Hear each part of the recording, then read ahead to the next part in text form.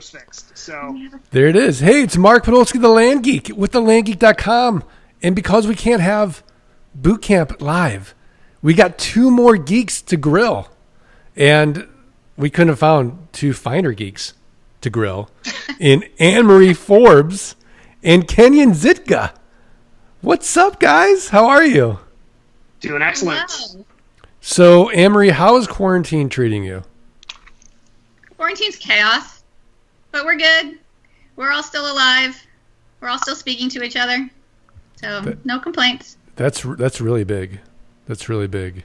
My wife just is going viral right now on Facebook.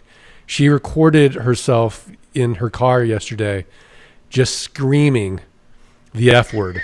And what she did was she made it really dramatic and then did it on slow-mo. And it's like this is how everyone's feeling with like, you know, like in quarantine. Kenyan, how are you doing, man? Doing awesome.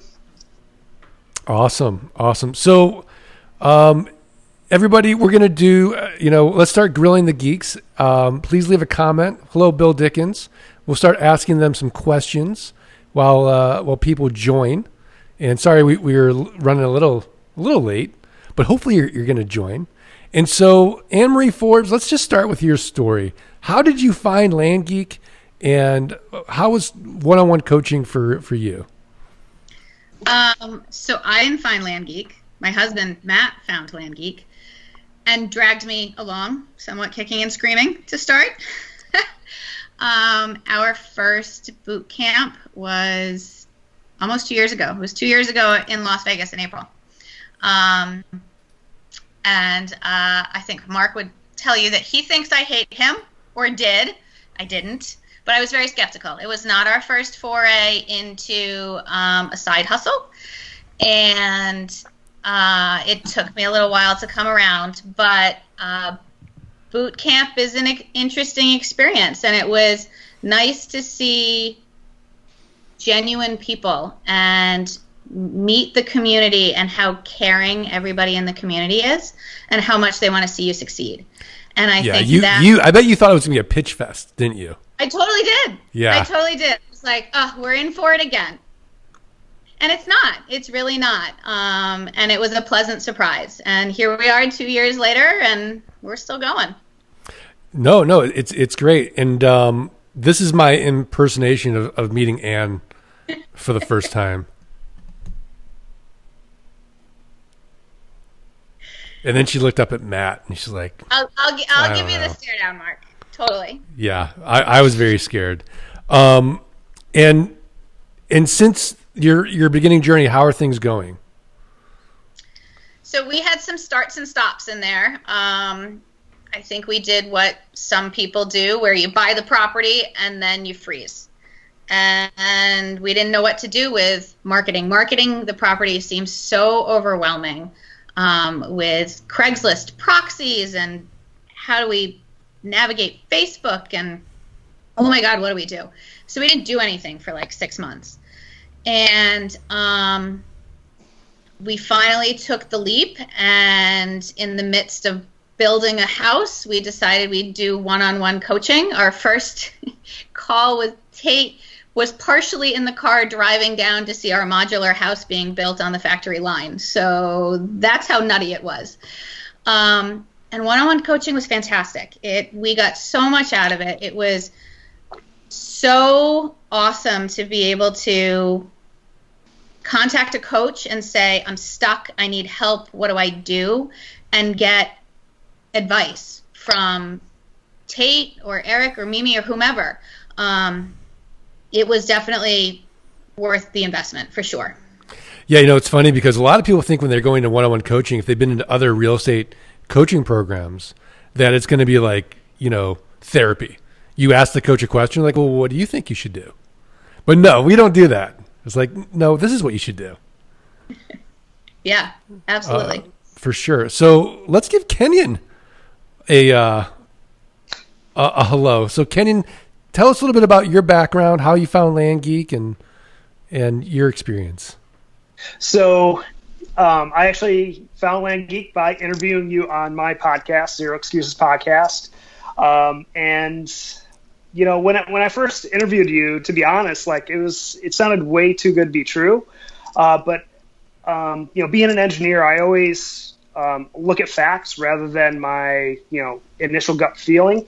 And once I started digging into things, it's like, okay, yeah, this sounds like this really works. And make a long story short, I jumped into flight school. I think it was summer of 2017 or 2018, excuse me, and rolled right into boot camp and then one-on-one coaching. And similar to Ann, I had my fits and starts. I was juggling a pretty demanding 9-to-5 job, working as an engineer on board a oceanographic research ship, and I'm still doing that today.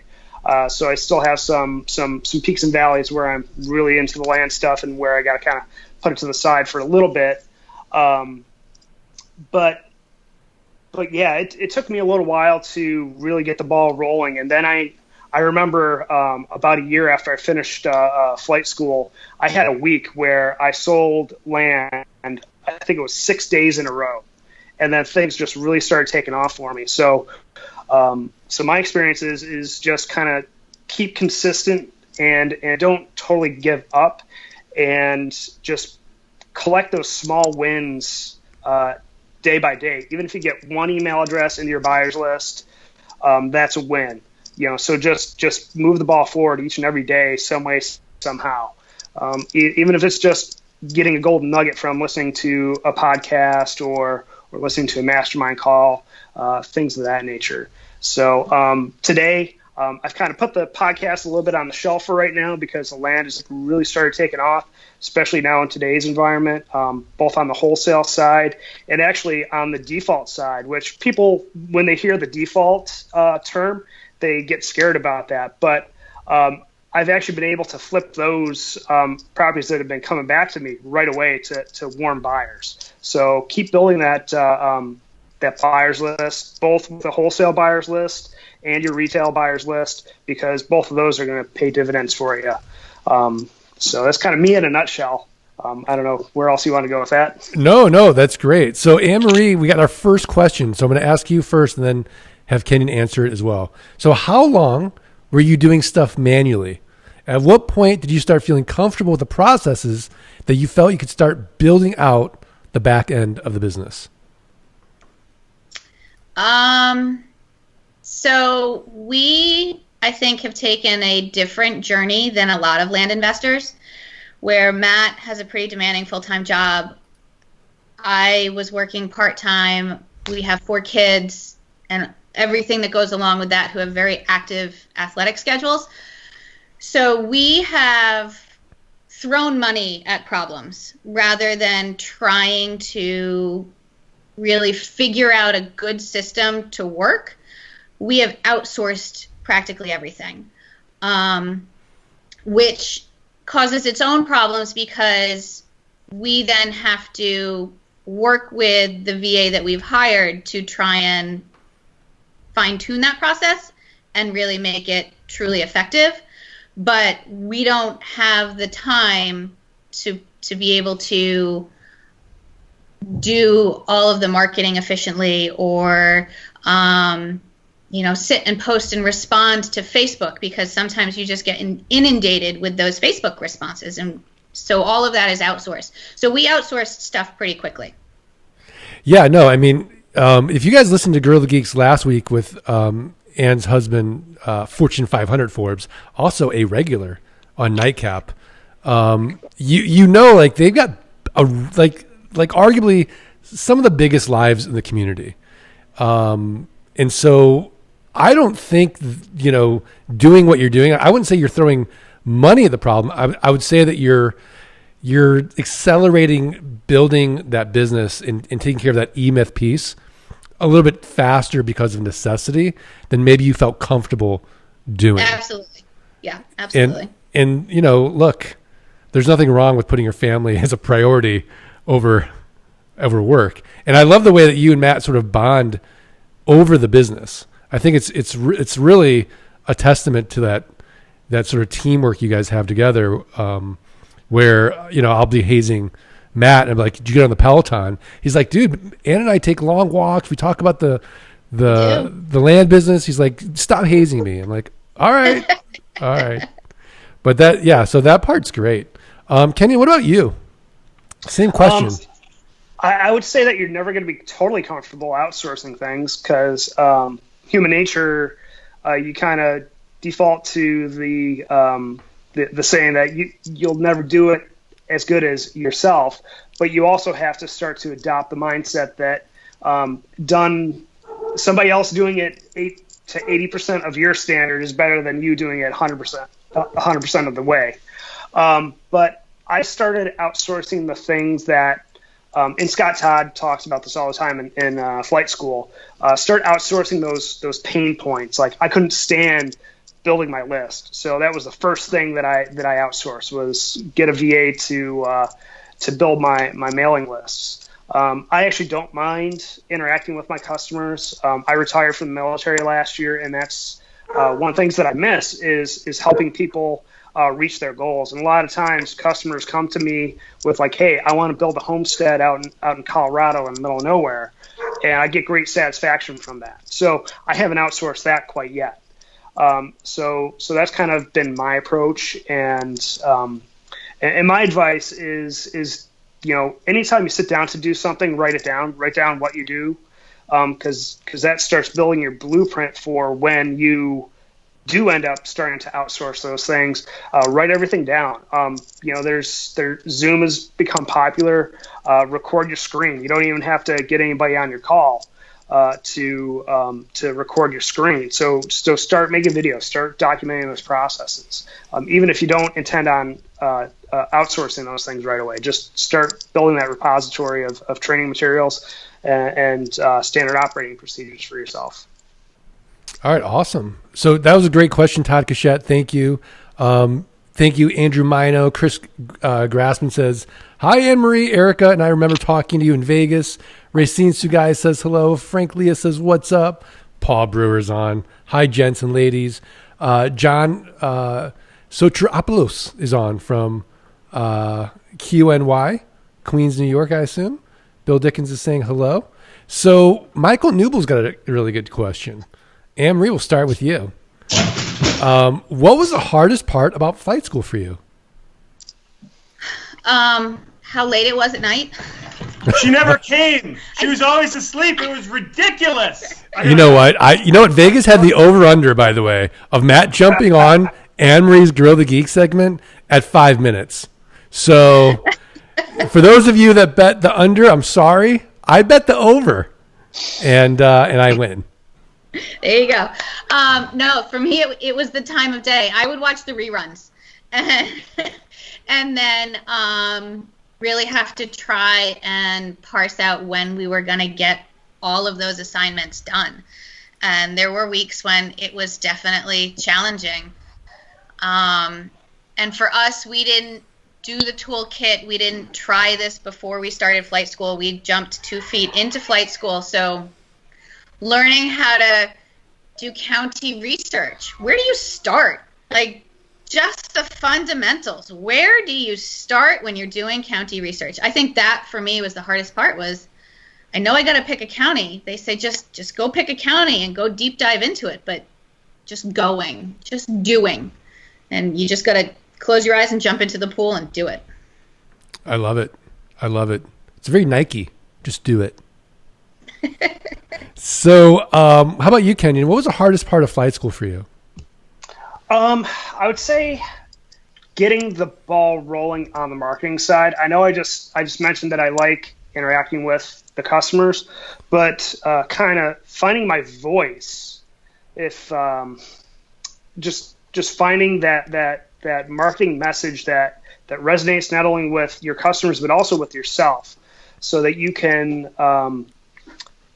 talk in a very genuine and very relatable way to your customers when they do reach out to you, and that way they can get to know, like, and trust you, so that they will do business with you, and not only do business with you once, but do business with you several times. Because I'm starting to get that repeat customer, starting to come in year and a half later. So that was the hardest part for me, just kind of finding that sweet spot for myself. Okay, great. So Paul Blotti has a question just for you, Ann. Oh boy. It says, Ann, this is Paul Blotti. How did Matt convince you to go to that first boot camp? I burned my wife out with work and stress in our house flipping business, and I'm trying to build a business solo, improve the model with income before even really talking about it. So Matt and I have a relationship where we are rarely not on the same page. We are very much in step with each other. We talk about everything endlessly. And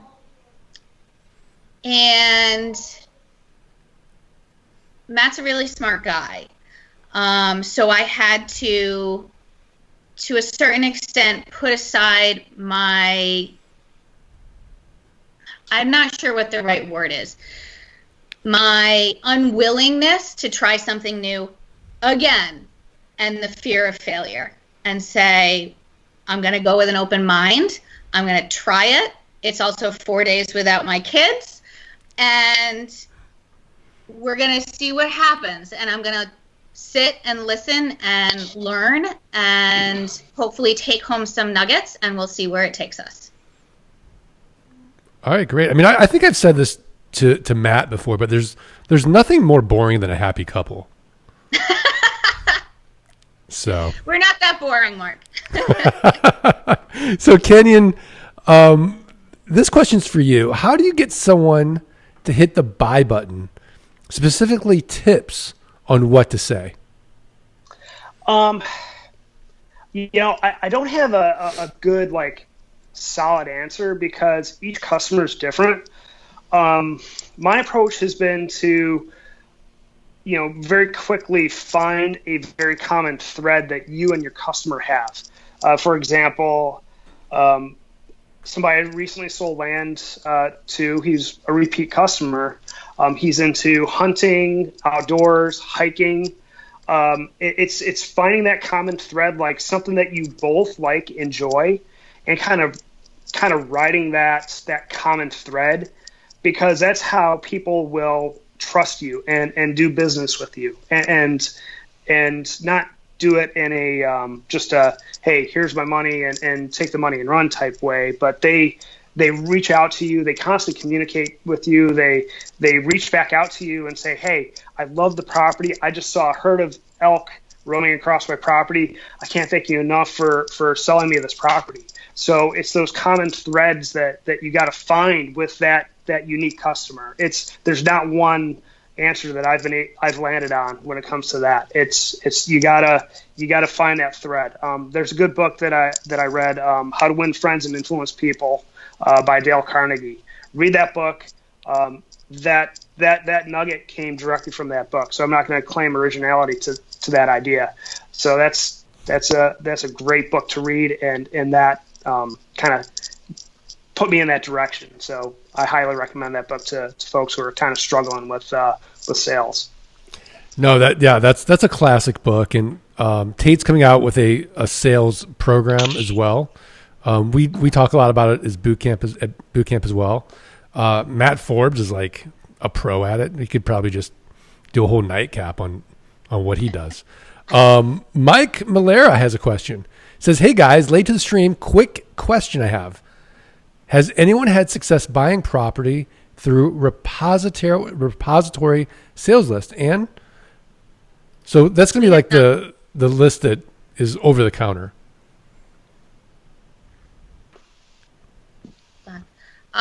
We have not. We do a traditional mailing, and we build our lists we either get them from the county or we find them online. Okay. For a while, we had a list scrubber, but Matt mostly does our lists, because we've gotten to the point now where we're being very particular about what little tiny sections of an area that we're mailing to. Awesome. Kenyan? No, I've never used a repository list. I've used County GIS, and then I quickly outsourced that, like I mentioned before. So I just found a VA. Like, I have they just said, hey, I can get you these lists, and I don't ask any questions. He produces what I want, and he gets me the lists I need. And I am kind of like Ann, where I want a very specific area, a very specific subdivision within a county, and he's able to produce that for me. So, I'm sorry, I don't have a better answer than that. No worries. So, Ann, how long did it take to recoup the costs of flight school? And by the way, it's an investment. It's not a cost. It is an investment. I have no idea. I know I should know my numbers, but I'm not the number person in this relationship. That's Matt. But some of our properties turn over pretty quick, and they're good-sized properties, so we could make it up in a deal. It's once you get going, and it wasn't long. Wasn't long. Which is 8 weeks or less? When we finally started truly marketing and trying to sell our properties and not being frozen over that marketing fear, yeah, it was probably 8 to 12 weeks. All right, Kenyon, how about you? How long? A very similar answer. I'd say closer to 12 to 16 weeks for me, just because I had a very demanding 9-to-5 job that got thrown in there. Once I really started sitting down and finally following the recipe, about 12 to 16 weeks. Yeah, no, absolutely. I mean, this is new. You guys didn't get this, but we actually guarantee now that flight school won't cost you anything. You'll make back your tuition in 180 days or less, as long as you show us your work. Can't fail.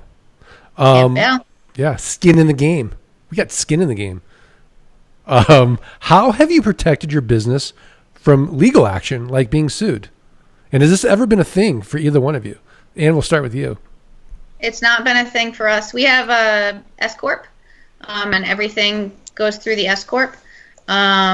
But we've never been sued. We do offer a 90-day refund policy, so we have refunded a couple of people who haven't been happy with a property or just decided financially it's not right now, or whatever the reason is, doesn't matter. We'll give you your money back. And we've always had happy customers. All right. Kenyon.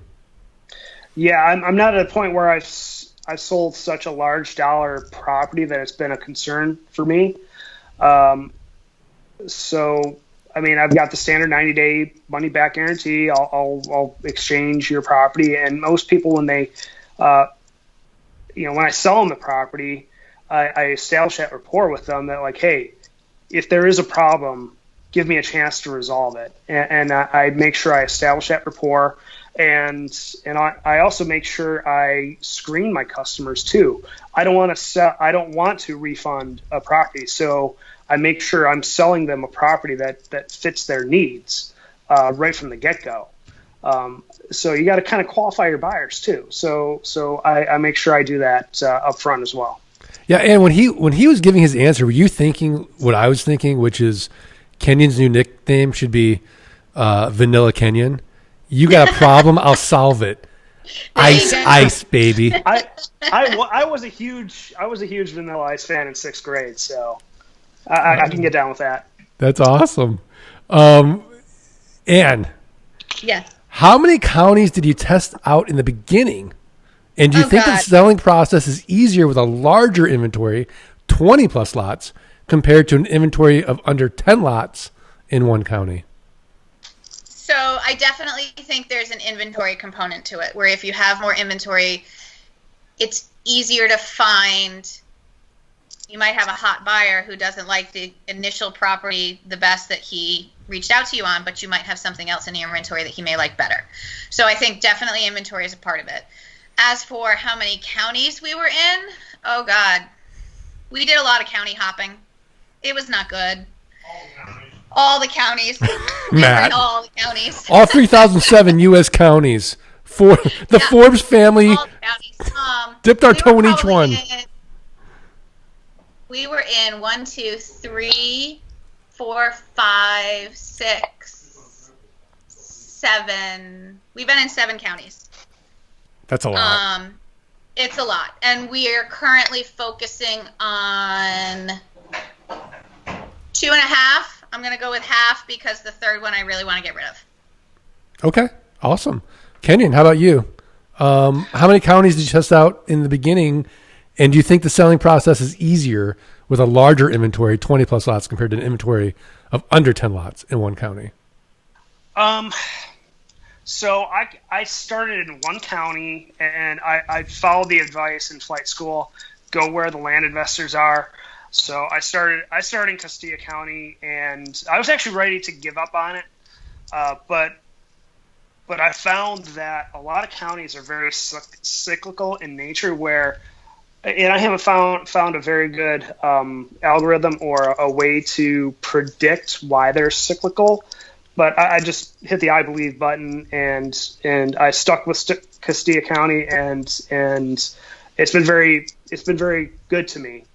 And now I've started to branch out into New Mexico, Arizona, starting to get into Texas and Oregon as well. So, just again, I'll offer the advice of like find the counties that speak to you. Like if you would personally own property in that county, I would say that's probably a decent county for you to look into. Like if you like the activities in the area, if you like the terrain, if you like the climate in that area, you can speak to that property because it's personally relatable to yourself, and you're not trying to do the whole used car salesman routine with your customers. And you could say, you know what, I love this area. I love Blanca Peak. I love the sand dunes. I love being able to drive to Denver in 3 hours because I got family there. So if you could speak to that county personally, and you can tie that in, have that personal connection with that county, then I say it's probably a pretty good county, irregardless of some of the sales data. Because if you can connect your customer with that property on a personal level, you probably can sell it. All right, awesome. Anne-Marie, you ever buy a list? Yes. Yeah. Kenyon, how about you? You ever buy lists? Not from the county. I buy it basically from my VA. So I guess, I buy my list directly from them. Pay a flat rate per list, right, or cool. per property, I guess. Nice. Todd Hayes wants to know, have you ever carried an umbrella liability policy? If so, how do you keep it updated when moving in and out of property so often? We have not. Not for the company. Kenyon? No, I think my property insurance carries over to any property that I own. So even if something would happen, I think I'm covered. Yeah, I mean, Todd, on my home, we added like an extra $1 million for a general liability policy, an umbrella policy, just to cover if somebody would go out on our properties and they break a leg and they sue us. Now, I've been doing this 20 years. It's never happened. I think given our guarantee of 90 days, 365-day exchange guarantee, simple philosophy, happy customers guaranteed, it's really, we're not worth suing because it's not real money, right? Now, if we're doing multifamily, we're talking $20 million deal that goes bad. Yeah, your investors are probably going to sue you. And the old adage in real estate, it's not a matter of, if you're going to be sued, it's a matter of when. But that's because we're talking real dollars. But, is anyone going to sue you over a $10,000 property? Matt Forbes might, but most people wouldn't. He's a jerk, so yeah, he might do that. Bill Dickens, can you explain why it's better to go where the land investors are as opposed to trying to go where no other investors are? I feel like this is like the McLaughlin Group. Anne-Marie Forbes. So if the land investors are there, the property will sell because they're not going to be in an area that's not worth their time or their money. The other benefit you have is if you need to flip a property and need to wholesale it, you already have a little group of people there that you might be able to wholesale to. So I think there's a couple of good reasons to be where the land investors are. Okay, I love it. Kenyon, how about you? I follow a very similar philosophy. However, there is, I do find it valuable to maybe break into a market where some people haven't really tried out. Like if you go in it, and I wouldn't go too far off the beaten path though. Like I've tried to get into Montana with zero results. Like I've tried everything to get into Montana. Can't even get somebody to call me. So so if nobody's there, there's probably a good reason why nobody's in that particular area.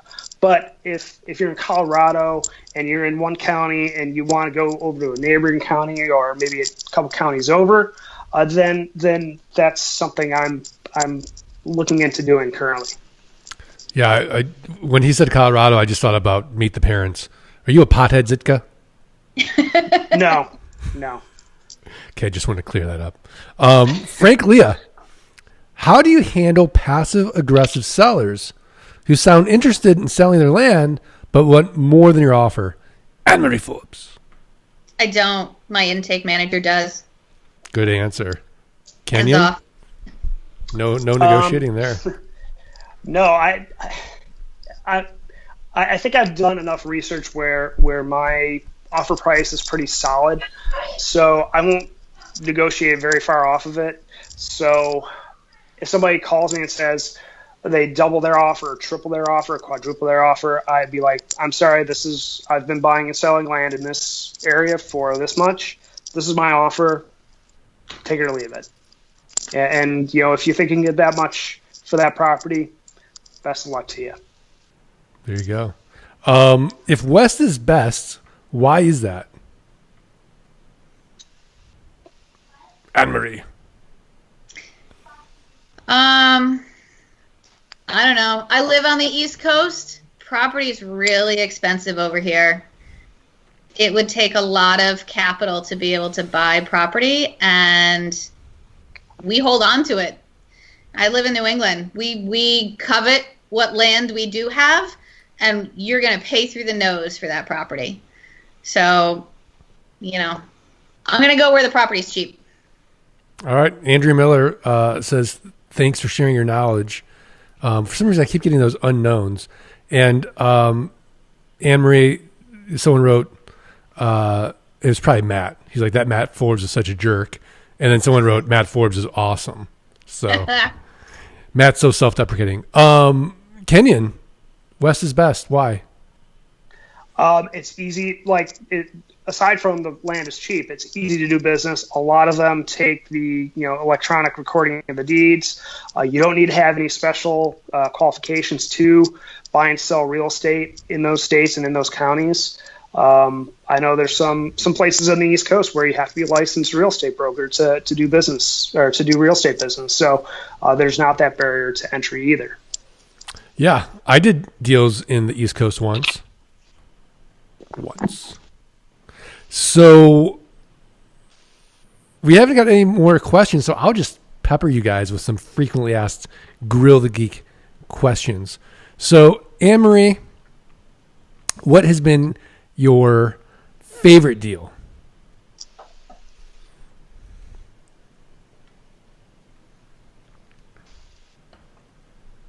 You're on mute.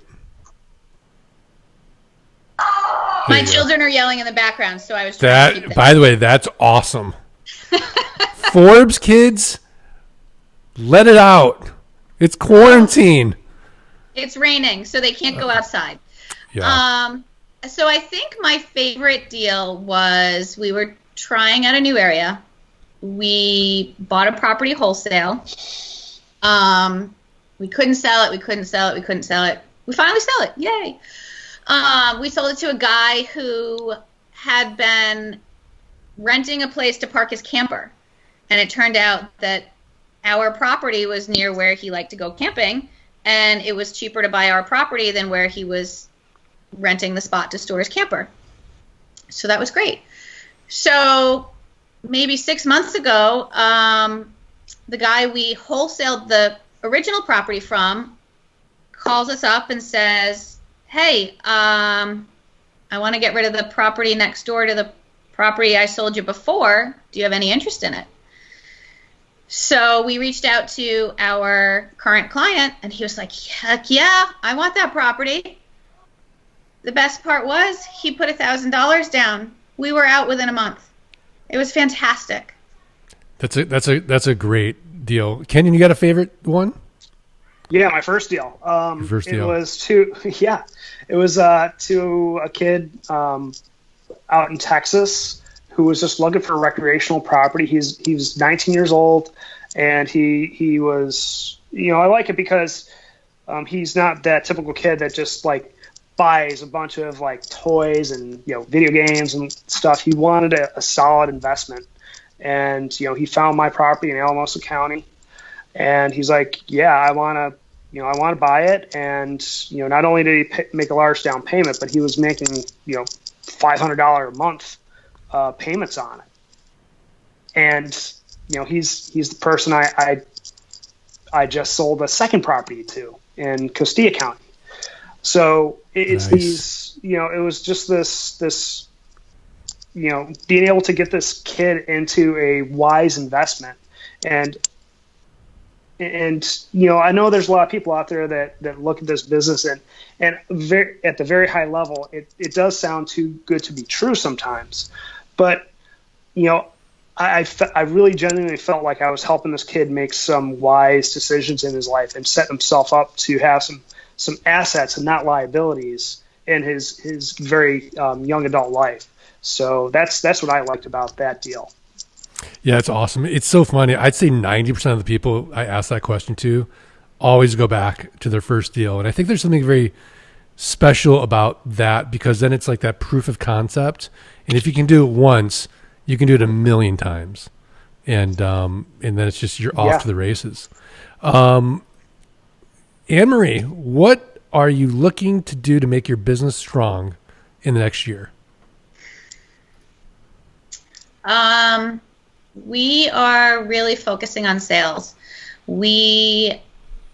And tweaking all of those things that we've outsourced and making them more efficient so that we can really make our land buying and selling machine more profitable and more efficient. We had a really weak Q1, and we think we found some things that we can tweak and have started doing those, and we've already started seeing results. So we're making moves. All right. Kenyon, what are you in for your Kaizen? So one of the things that I found starting this business, and I have a U.S. government job. I'm lucky to have very stable, 9-to-5 employment. So I don't see that necessarily going away anytime soon. From retirement benefits that I get, combined with my military retirement. So I want to be able to weather those hectic times that I have with those jobs, because in the wintertime, I typically go into a shipyard with my ship. So I want to continue to refine those processes and get some more VAs on board so that when I do get busy, my business doesn't, slack off as much as it has in the past. So just continuing to document my processes, get more VAs on board, and I'm probably going to be debt free by the end of the year. So that's going to open up a bunch of resources for me and my family. So I'm just going to continue to invest, offload some of these lower value tasks that I currently have on my plate to people who can do those better, faster, more efficiently than I can. Nice. Hey, a quick shout out to the Nightcap OG, dude, buddy, Scott Bossman. How are you? I am great, Mark. How are you guys? We're great. They're giving out nuggets of wisdom. Awesome. They're getting grilled, huh? I love the grilling, by the way. It's so good. Anne-Marie Forbes, what's your experience selling on Craigslist? Is it working for you right now? We're currently not on Craigslist. I hate Craigslist with a passion. When we first started marketing and we were trying to do the whole Foxy proxy thing, I wanted to stab my eye with a fork. And then we outsourced it.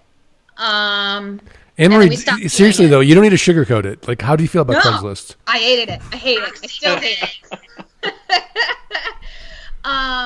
And we looked at the numbers, and for whatever reason, our Craigslist leads never converted, and they were costing us so much more money than our Facebook leads. And we were like, you know what? We're out. We're going to focus on Facebook. We're going to make this machine work and do what we need to do over here, and then we'll open other doors. So we're not in Craigslist right now. Kenyan. Ditto, pretty much. Ditto. Par for the course there. But I will say that I definitely am not completely writing off Craigslist. I'm just striking where the iron's hot right now, and that's Facebook for me. Once that's kind of maxed out for me, then maybe I'll start cracking the code on Craigslist once again. Yeah, I had a quick coaching check-in call with one of our newer one-on-one clients, and he was like struggling with marketing, and he's like, I'm trying to figure out the whole Craigslist thing, and I'm going to go do this, I'm going to do that. I'm like, nope, no, you're not. We'll put that on the back burner right now. I'm like, we're going to go to Facebook, we're going to hit Marketplace, we're going to hit groups, we're going to have a call with Mimi, we're going to follow the thing, and you're going to do this, this, and this, or you're going to owe me a drone. And he's like, done. For years now, I've been asking for this drone. It's never happened because our clients are like, no, you're not going to get that drone. They just execute. So I have no doubt that this client will as well. Okay, Anne Marie, I think this one's really for you. I have a feeling this is Andrea Miller. How do you schedule your time around kids, 4 kids under 13, especially during quarantine, to focus on your land business? What does your working time look like? And you can even talk about white wine as a coping mechanism. Feel free. There's a lot more white wine these days. It's really hard, to be perfectly honest. It's really hard.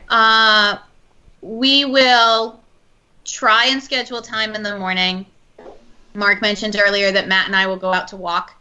And when we go out to walk in the morning, we talk about things that we both need to do or we need to do mutually, but really try and stay on the same page about who's doing what. We try and schedule at least an hour a day where we're both working side by side for the most part in the land business. And for us, it helps us see that the other person's actually doing something and we don't feel like it's all on us.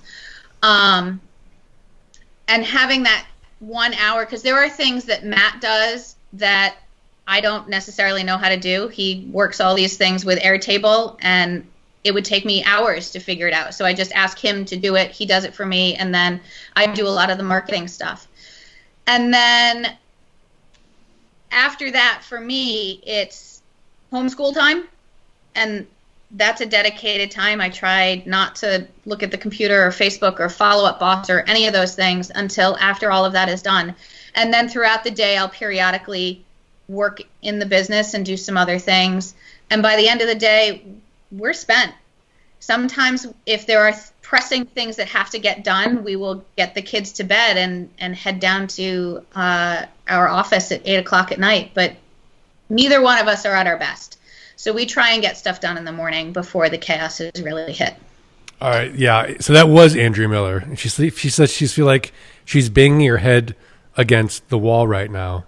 I mean, is there a brand? Days. Yeah, is there a brand of white wine you would recommend to Any of it, all of it, all the wine, all the wine. Kenyan, you got. I mean, the thing is, you got a big job. You got a lot going on. Do you have any kind of advice for time management to get this stuff done? I just have a list of, I call them, to keep it PG, I call them imperatives, a list of no S'ers that I try and get done each and every day, and everything else is a bonus at that point. So I try and get those imperatives like the mailing, the marketing, following up with those hot leads. Just have that list of, you got to prioritize. And if you get that done, great. If you get more than that done, bonus. So it's just having a list of priorities, knowing what's important, what's less important and not important. I like to use the Eisenhower matrix. Google that. I'm not going to go into detail, but it's basically prioritizing by urgent and important. So I like to use that. Very cool. And that was pretty fancy to reference Eisenhower there. Hey, military background. Military background. And I mean, I think it's at this point in the Facebook Live where we should have just all officially thank you for your service. No worries. Honestly. Yeah. Thank you. I always think of the movie with Jack Nicholson. What's that movie? He's like, you want me on that wall. You need me on that wall. Oh, yeah, it's on the tip of my tongue. You know what I'm talking about though. So, yeah, Kenyan, I want you on that wall. I personally need you on that wall. Thank you, for sure. So, here we go. This is an interesting question from Chris Grassman. Has anyone ever had any luck in requesting reviews on ads that Facebook has arbitrarily flagged, or do you just delete them? Anne-Marie. So I don't post on Facebook. I have a VA who does that, and I can go into the account and I can see where he's requested a review for a flagged ad, but I've never seen one come back and been approved. We just delete them, clear the account out, and start over again. Kenyan? Same here. Usually it's, figure out what, try and diagnose it before you just delete it. Usually it's some reference to wildlife or guns or something that, Facebook doesn't like. So I started to get creative with abbreviating phishing to a creative F-ing. So things of that nature. Try and diagnose why your ads are getting flagged before just blanket deleting them. And you can actually use that as a way to get a little more attention, like I just mentioned, on some of your ads. So just get creative with it. Okay, great. And this we'll throw Bossman to the mix and let you guys take a breath, maybe a sip of water. Offer up, let go apps for selling your land. Scott Bossman, you ever try any of that? I've gotten leads on OfferUp before, but not made a sale there. I think there may be platforms for the future. I think some people are on there. I just don't know if anybody's having sales. I think Paul Brewer's on there, on OfferUp maybe. But anyway, if Paul Brewer's on there, Adam Egloff is on there too. So right. The two of them are like exactly, killing it right now. Anne-Marie, OfferUp, let go. So I have an ad posted up on OfferUp. I've gotten a couple of leads, but like Scott, nothing's converted. Kenyan? Ditto. Okay. That movie we couldn't think of. Anybody get to my age, the senior moments are coming fast and furious. A Few Good Men. Yes. That was the movie. A Few Good Men. Kenyan, do you have a favorite military movie? I like American Sniper because it was, I don't know, probably the most realistic military movie I've seen in a while. Yeah, I like realistic, nothing too dramatic. What about Black Hawk Down? Was that realistic? Yeah, that was a while ago. I'm trying to remember how realistic that was. I'd say that one was pretty realistic too. I mean, obviously you got to put a little bit of drama into those types of movies, but yeah. Right. And Anne-Marie, with Mother's Day coming up, do you feel a kinship with the military? Would you say that you're more the drill sergeant or Matt?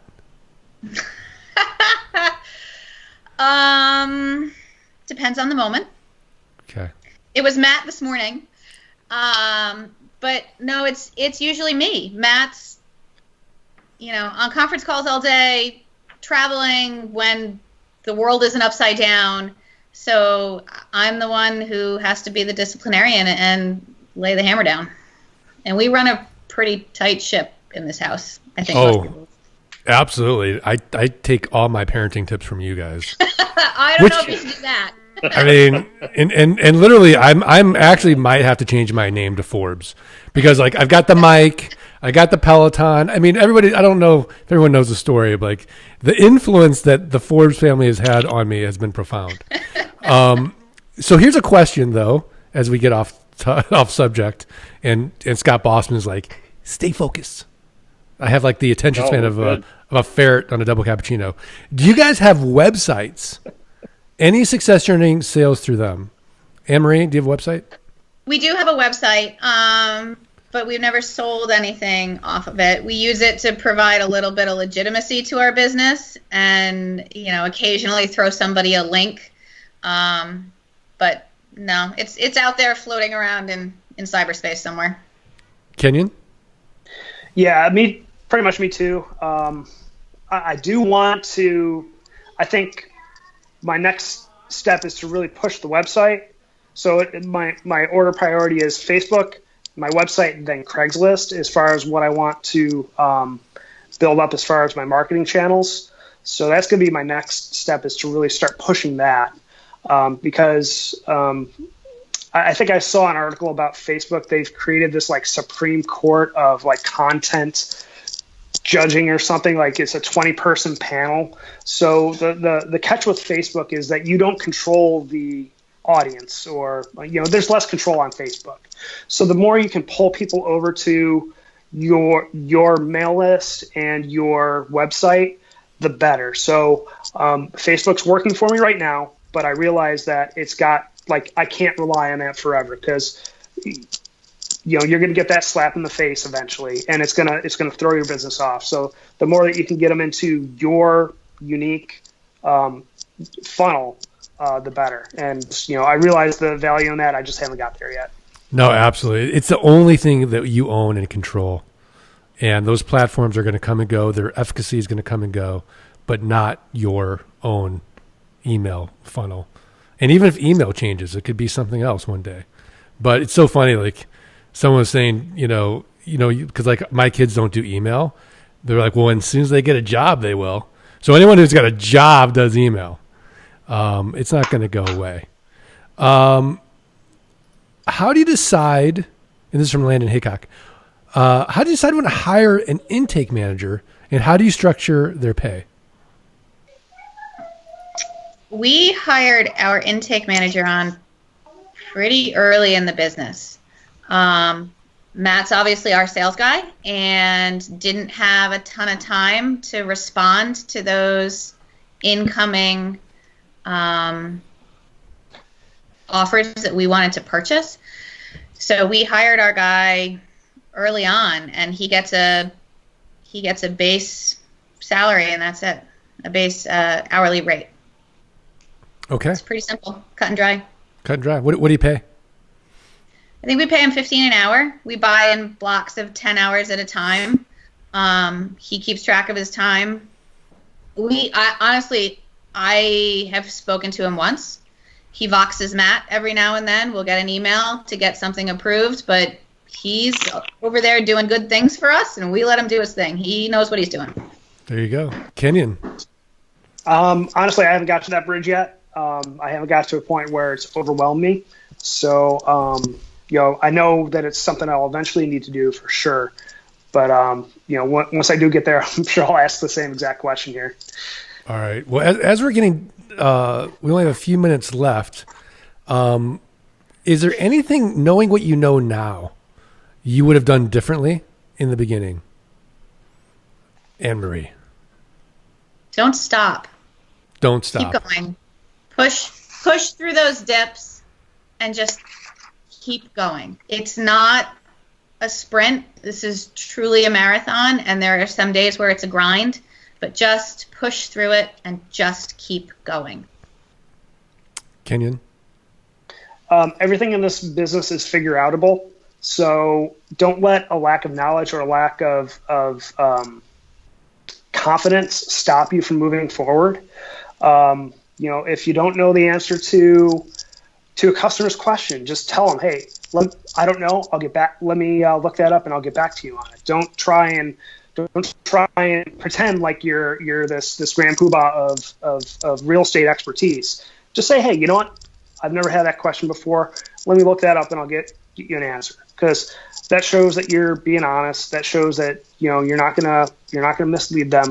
So just know that everything is figure-outable, and take that step, and the knowledge will kind of bestow itself upon you sometimes.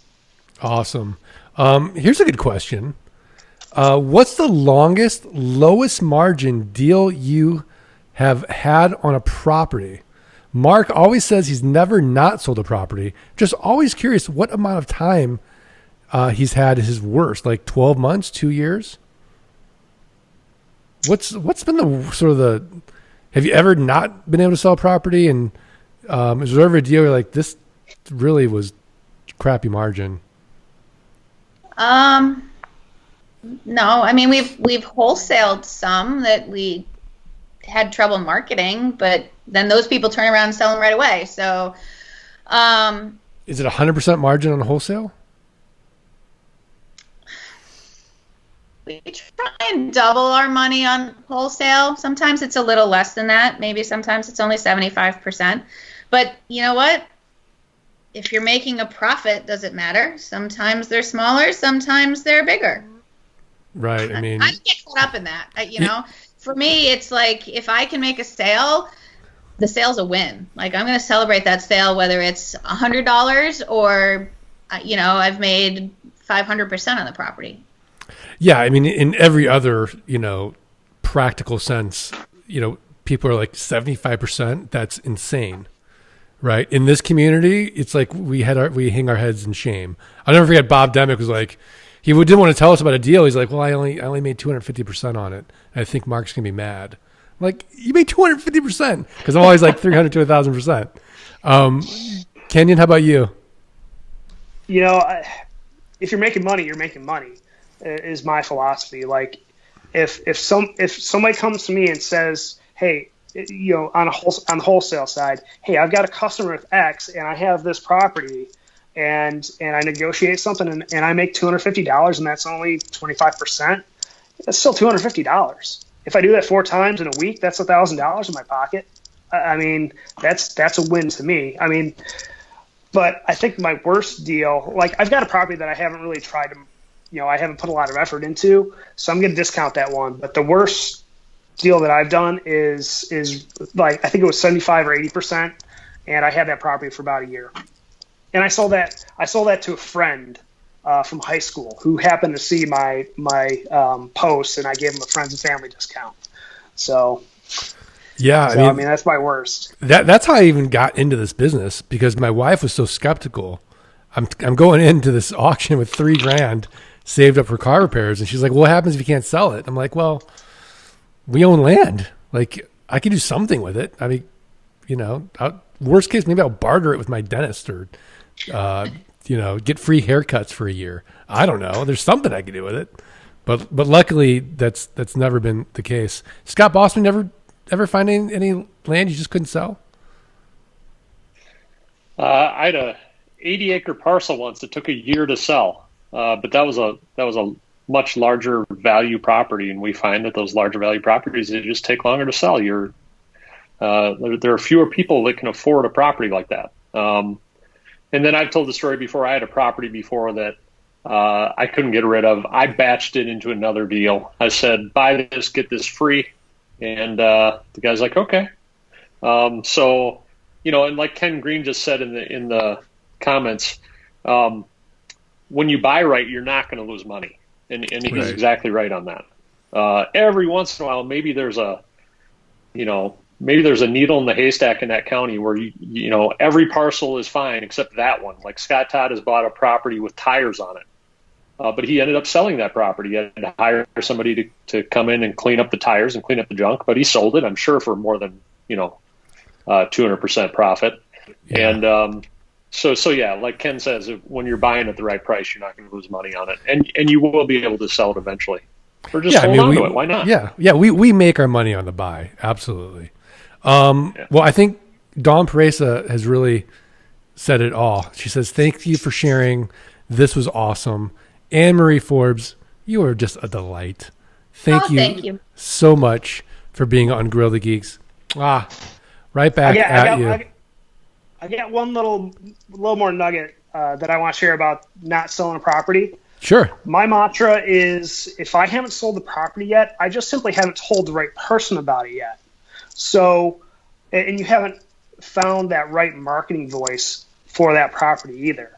So just because you haven't sold the property doesn't mean that it won't sell.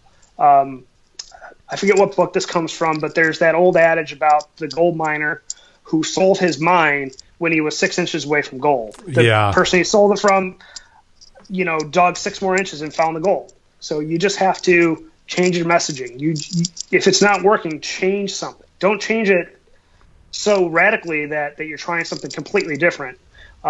We've mentioned, following the recipe. Don't make a new recipe. Just follow the recipe and put your own touches on the recipe to find what works for you. No, I love it. Justin Landowski says, thanks for your time, everyone. I don't know who said that. It says, yeah, she is a delight, all right. Oh, wait, you know what? That was Matthew Forbes. Matthew, Fortune 500 Forbes, supporting his wife. That's great. Bill Dickens says, great session today. Thanks for sharing all these nuggets with us. Unknown says, stay safe all. Wash your hands. Happy Mother's Day. Kenyan Zitka, thank you so much. Anne-Marie Forbes, thank you guys so much. And, before Scott and I are going to do the giveaway, should the 4 of us do this together? And everybody who's on the call, you guys can say it out loud too. We can't hear you, but we'll feel the vibe. Ready? 1, 2, 3. Let freedom ring. And wash your hands. There you go.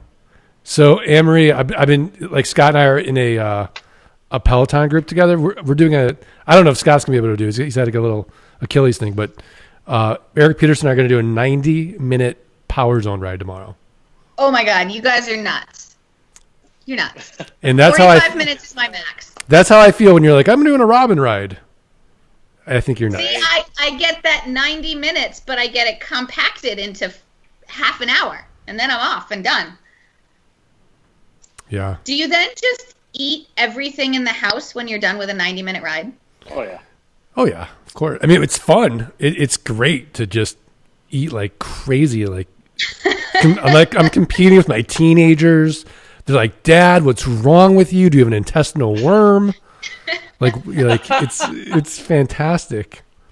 So, Kenyan, what do you do to stay so fit?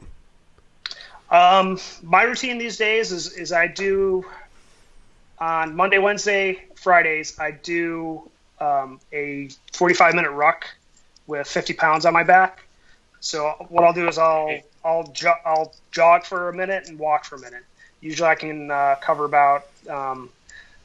Lately, I've been doing like 3.9 miles within that time frame. Tuesdays and Thursdays, I'll run 5 miles, and then in the afternoon, I'll do like a CrossFit type workap. I really regret asking you the question. Steve Robbins seems like a peach now.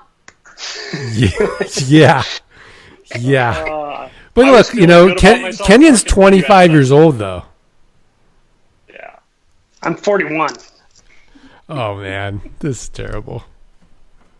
Well, thank you, guys. That's why I wear a hat. You can't see the grays. Yeah. Well, thank you, guys. And thanks, everybody, for asking questions. And now it's time for our weekly Friday giveaway. Scott Bossman, if you've left a comment all week during every day we've been doing Facebook Lives, even the day that my internet was down, I still went on Nightcap. Yes. And Tony Grigio, I did upload a video and commented on it. But he was kind enough to let that go. He's throwing shade at you. He was throwing shade. So thank you all for leaving a comment. And if you've left a comment, you're going to win. And if you win, it's a $1,997 Investor's Toolkit. If you have the toolkit, you can gift it. If you don't want to gift it to a friend or a family member, you can use it towards flight school. If you're in flight school, you can use it towards coaching. If you're in coaching, use it towards software. So there you go. All right. Drum roll. Are you ready? Yeah. Anne-Marie, Kenyan, should we do the drum roll? All right, here we go. I have not picked yet.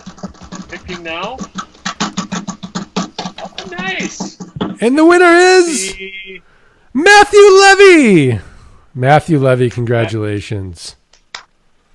Matthew Levy has been he's a cab driver on Long Island, Mark. I don't know if you knew that. No, I know. He's in Epicenter right now. Yeah, and he's in flight school right now, so he's going to love that. He's going to love that.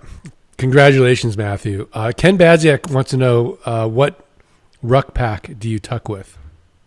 Or what pack do you ruck with? It's a Go Ruck brand, GR1. Okay. Well, there's something I'll never buy. Go Ruck is spelled GORUCK. You can Google it. That's right. There's an off-color joke in there. I just won't say it. I'll just think it. I see the gears spinning, Mark. Yeah.